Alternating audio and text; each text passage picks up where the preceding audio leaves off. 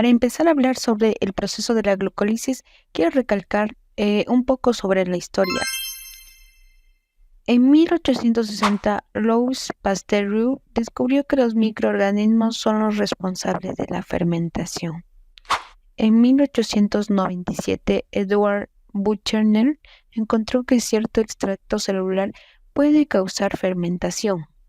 En 1905, Arthur Handel y William Young determinó que para que la fermentación tenga lugar son necesarias una fracción celular de masa molecular elevada y termosostenible y una fracción citoplasmática de baja masa molecular y termorresistente, ATP, ADP, NAD+, y otras coenzimas.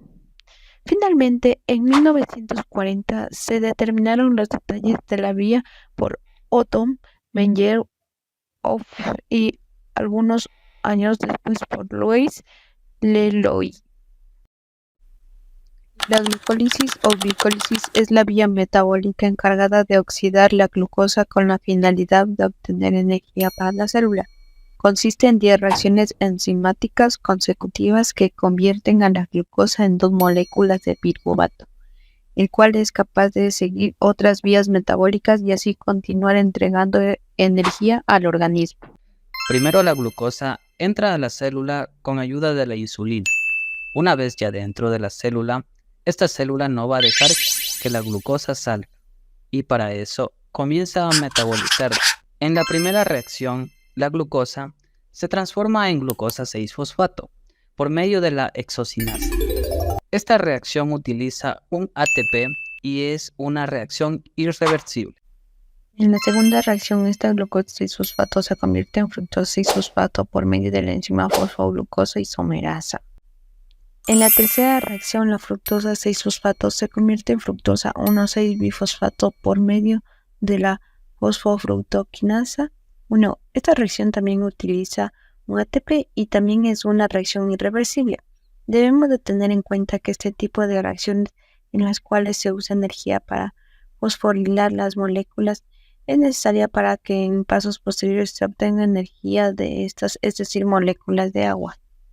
En la cuarta reacción, la fructosa 1,6-bisfosfato por medio de la aldolasa forman dos triosas fosfatos diferentes. La primera que es el gliceraldehidro 3-fosfato, que es una aldosa, y la segunda que es el dihidroxiacetona fosfato, que es una cetosa. De ahí las triosas sufren una interconversión por medio de la enzima triosa fosfato isomerasa, donde la dihidroxiacetona fosfato se va a convertir en gliceralmehidro 3-fosfato para continuar con la vía. Hasta este paso se la describe como la primera fase o una fase de preparación, porque si revisamos las reacciones aún no hemos obtenido ninguna molécula de ATP o ninguna molécula energética. A partir de aquí y de las siguientes reacciones comienza la fase de ganancia o fase de beneficio de la glucólisis. Es decir, que todas las reacciones que vamos a ver aquí hay que tomar en cuenta las dobles, que quiere decir que son dos reacciones iguales, ya que recuerda que tenemos dos moléculas de gliceraldehidro 3-fosfato.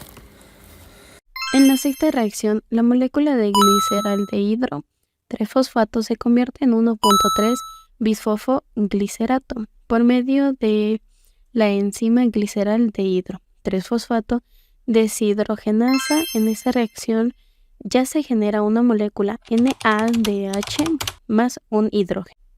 En la séptima reacción, el 1,3-bisfosfoglicerato se convierte en 3-fosfoglicerato por medio de la enzima fosfogliceratocinasa. En esta reacción se obtiene un ATP o una molécula energética. Y esta reacción es irreversible. Aquí una nota importante: la información de ATP por transferencia del grupo fosfato.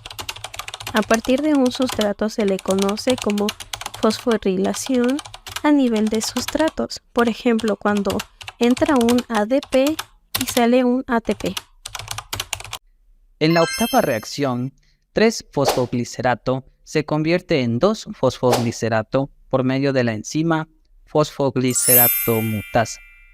En la novena, el 2-fosfoglicerato se deshidrata por medio de la enzima enolasa y se convierte en fosfoenol piruvato.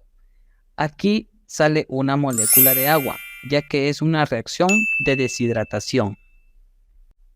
En la 10ª reacción ocurre una fosforilación a nivel de sustrato, donde el fósforo al piruvato se convierte en piruvato por acción de la enzima piruvato quinasa.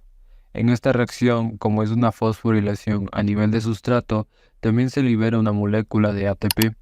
Esta reacción recuerda que es irreversible y de ahí el piruvato tiene dos opciones: el ciclo de Krebs y las condiciones anaeróbicas, ya sea en un lactato y en levaduras. Esto se puede convertir en etanol y dióxido de carbono. Ahora, hagamos el recuento energético de la vía. Tanto en la primera reacción como en la tercera reacción se gastan 2 ATP.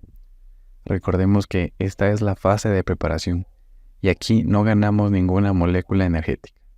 En la fase de ganancia, en la sexta reacción, se generan 2 moléculas de NADH más 2 hidrógenos.